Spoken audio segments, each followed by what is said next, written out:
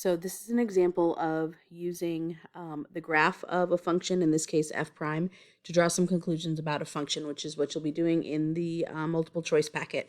All right, so let's say I have a function f prime and I'm trying to draw some conclusions about it. Now, the problems might ask, for something specific, like, where does f have the max or min or something, but let's just kind of get all the information we can from this. So in order to do that, I'm going to make a chart that I would really recommend trying to memorize, because it has a lot of relationship information and it will be very helpful with these types of problems, specifically the problems where you're given information about one function like f prime, or f double prime, and then you're supposed to use that information to answer questions about one of the other ones. Okay, so before we get to this one, let's just kind of make that chart. So if f is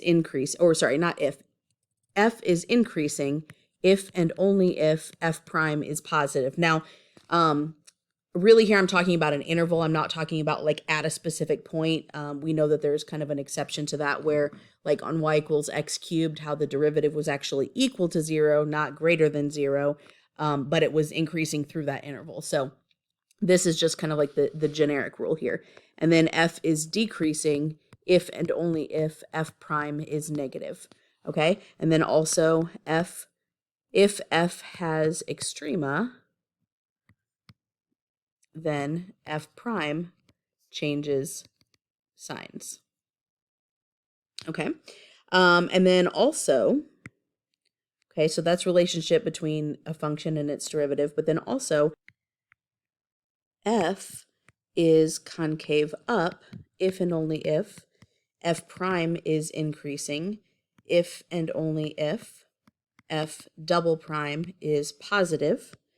F is concave down if and only if f prime is decreasing if and only if f double prime is negative. And then if f has an inflection point, I'm just going to abbreviate that, inflection point, then f double prime changes signs. Okay, so what I mean by using this to get relationships is that we may be given something about the graph of f prime. Like on this example, we have f prime.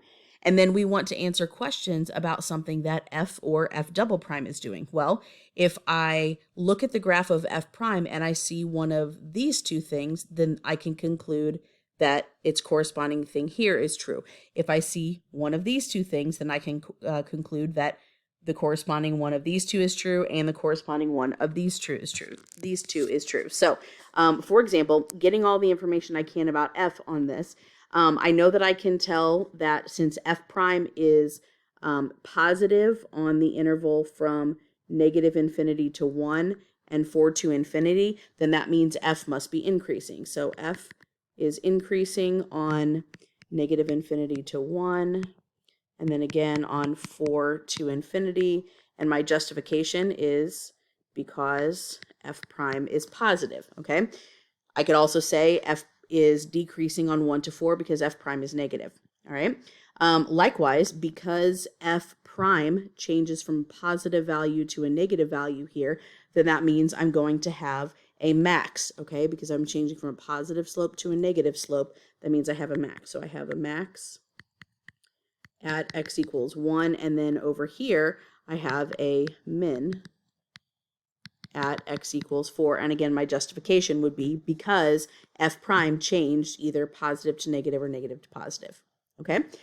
Similarly, I can use the increasing and decreasing properties on this function to draw conclusions. So because f prime, this function, is decreasing on negative infinity to, we'll just estimate this to be about 2.5 here, just halfway in between there. Okay, so since f prime is decreasing from negative infinity to x equals 2.5, then that means that f is going to be concave down and f double prime is less than 0. So f is concave down on negative infinity to about 2.5 because f prime is decreasing. Okay, so again, I'm using the information. Oh, and then I would say it's concave up from 2.5 to infinity because f prime is increasing.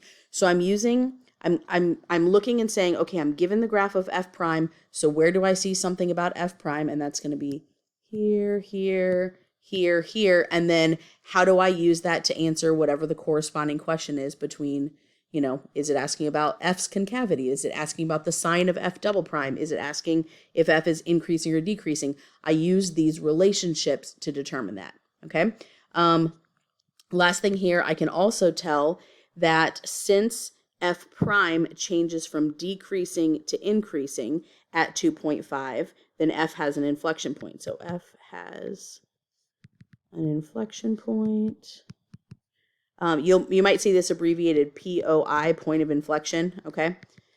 Which that's fine. So inflection point at x equals 2.5 because F prime changes from decreasing to increasing. I would not want to say because F changes from concave down to concave up unless I had already stated both of those things.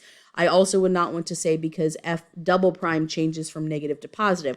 The reason I don't want to use either of these ends to make my justification is because this is the graph that I'm given, so I need to use the information given in order to draw the conclusion.